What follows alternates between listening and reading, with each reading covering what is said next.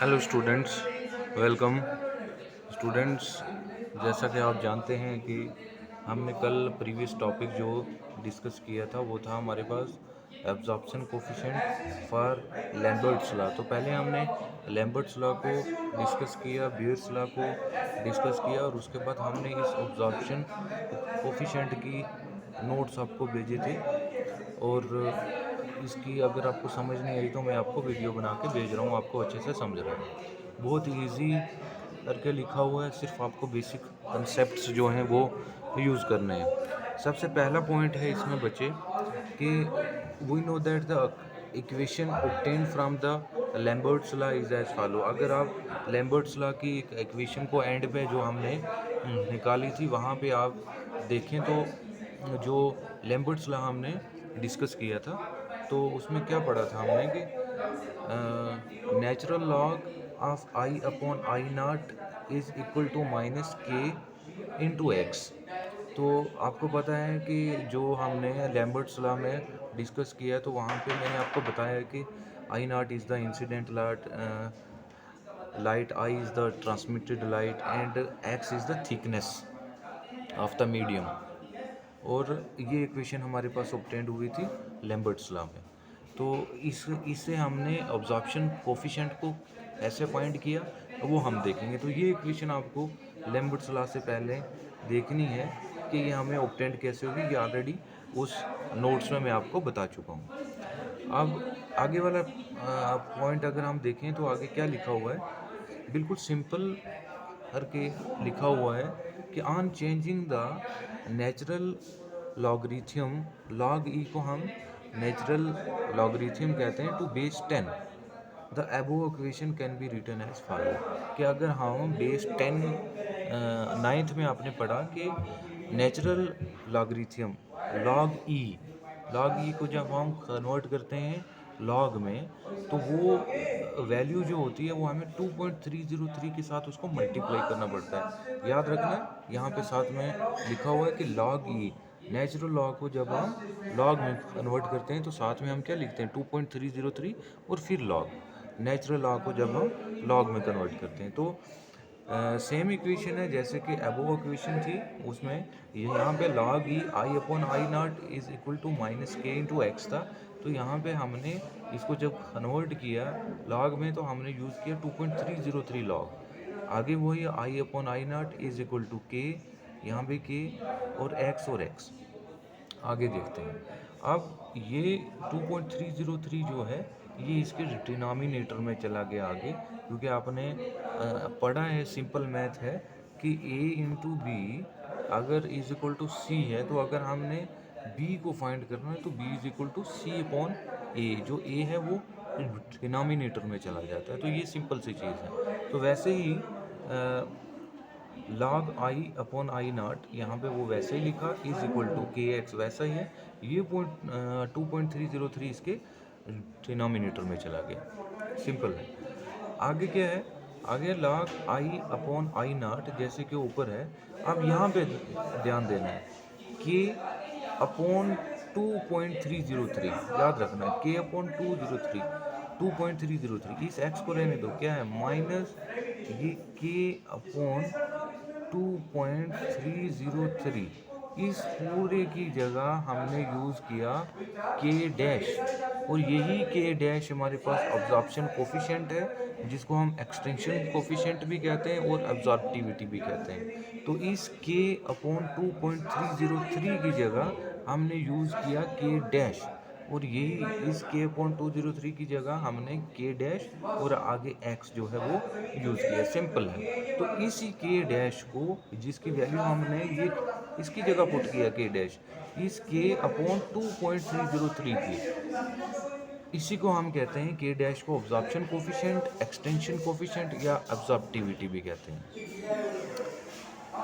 आगे क्या है, आगे है the above equation can also be written by using base 10। तो बेस 10 आपने नाइन्थ पे पढ़ा है कि जब हम नेचुरल लॉगरिथम को लॉगरिथम में कन्वर्ट करते हैं तो हम करते हैं 2.303 साथ में मल्टीप्लाई करते हैं, और जब बेस 10 हम यूज करते हैं तो ये वैल्यू जो है ये रिमूव हो जाती है और इस पूरे की जगह हम बेस 10 लिखते हैं। जैसे कि यहाँ पे अबव इक्वेशन में यहाँ log था, वो log हमने ख़त्म कर दिया, i upon I not is equal to, आगे हमने सिंपल यहाँ पे k डैश x था, तो k डैश x के बेस में यहाँ पे हमने 10 लिख दिया, तो यही है 10 raise to power minus K dash into X. तो सिंपल हमने बेस यहाँ पे यूज़ किया है। ये कुछ बेसिक कंसेप्ट हैं जो कि 9th के मैथ्स के हैं।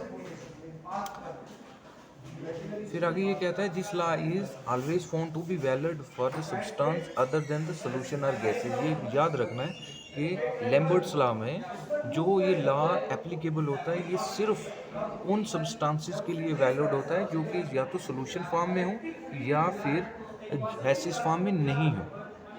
ठीक है, जो सॉल्यूशन और गैसेज फॉर्म में होंगी उन पे ये लॉ एप्लीकेबल नहीं होगी। फिर आगे physical significance of absorption coefficient, कि इसके फिजिकल सिग्निफिकेंस हमने बताना है। तो सिंपल जो हमारे पास इक्वेशन फर्स्ट ऑब्टेंड हो गई वो हमारे पास क्या है, अबो जो इसी में हमने पढ़ा वो हमारे पास ऑब्टेंड होगी log I upon I not is equal to minus K dash into X, ये हमारे पास ऑब्टेंड होगी। अब सिंपल है, हमने अब्जॉर्प्शन कोफिशिएंट अभी क्या है, हमने ऊपर पढ़ा कि के डैश जो कि इक्वल था किसके, के अपॉन 2.303, ये आपको याद रखना है।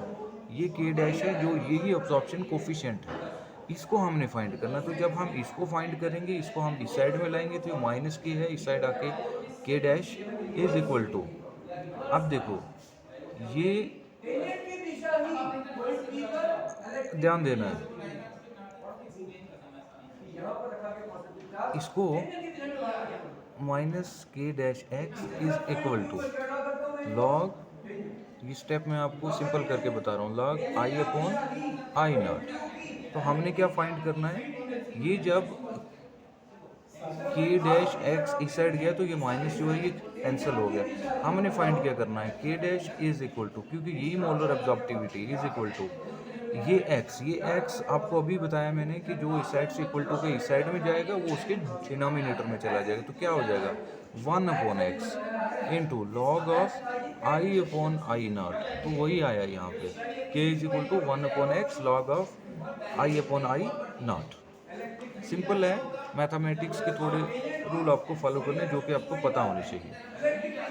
ये हमारे पास ऑब्टेंड हुआ मोलर एब्जॉर्प्टिविटी की एक इक्वेशन जिसको हमने इक्वेशन सेकंड कहा।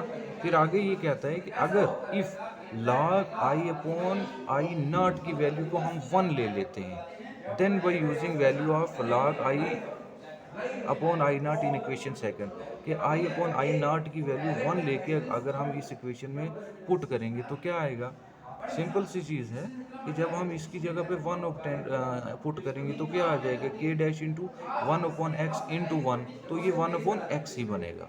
तो यही है आगे भी, ये इक्वेशन को जब हमने मल्टीप्लाई किया 1 के साथ तो ये आ गया K is equal to 1 upon X. तो याद रखना है कि यही जो इक्वेशन है ये मेन इक्वेशन है जो कि मोलर अब्जॉर्प्टिविटी की है। अब्जॉर्प्शन कोफिशिएंट हम इसको कहते हैं, एक्सटेंशन कोफिशिएंट कहते हैं। तो इसकी डेफिनेशन क्या होगी समझना है डेफिनेशन में, हैंस अब्जॉर्प्टिविटी कोफिशिएंट कौन सा है, K dash or extension coefficient or absorptivity, इसको हम तीनों चीज़ें कह सकते हैं। May be defined as the reciprocal of thickness.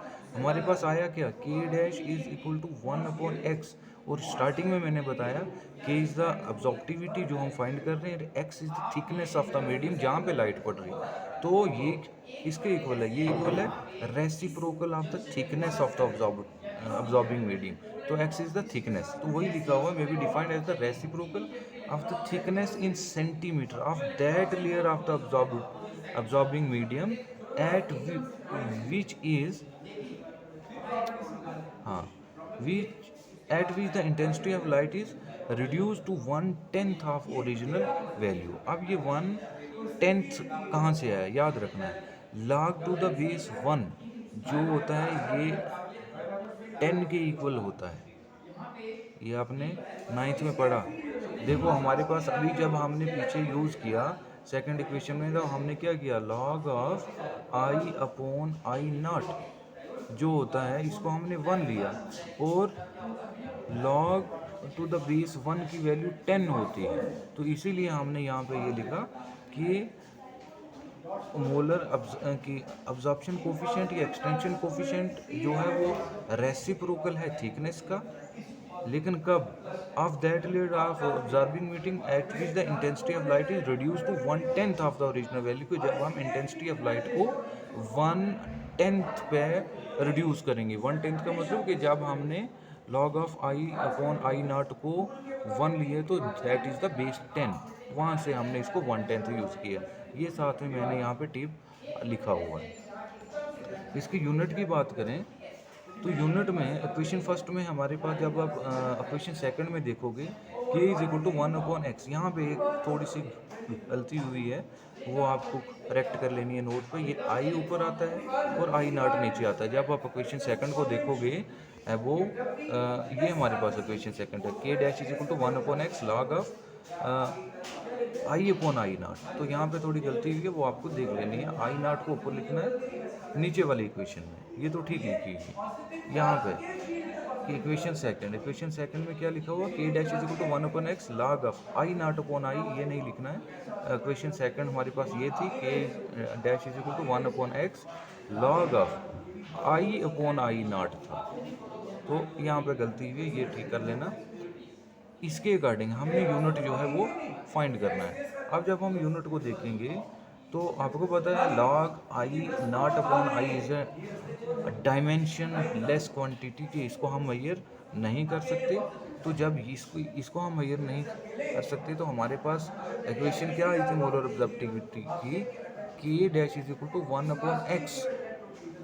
तो 1/x, तो x इज द थिकनेस, और थिकनेस होगी किसमें, किसी भी मीडियम की थिकनेस जो होती है वो उसकी जितनी, मान लो ये हमारे पास एक मीडियम है तो इसकी थिकनेस कितनी होगी, इसकी थिकनेस होगी कि यहाँ से लेके यहाँ तक इसकी जो लेंथ होगी वही उसकी थिकनेस होगी।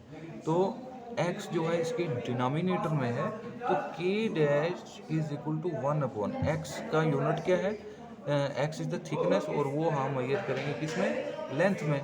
तो लेंथ, अब यही लेंथ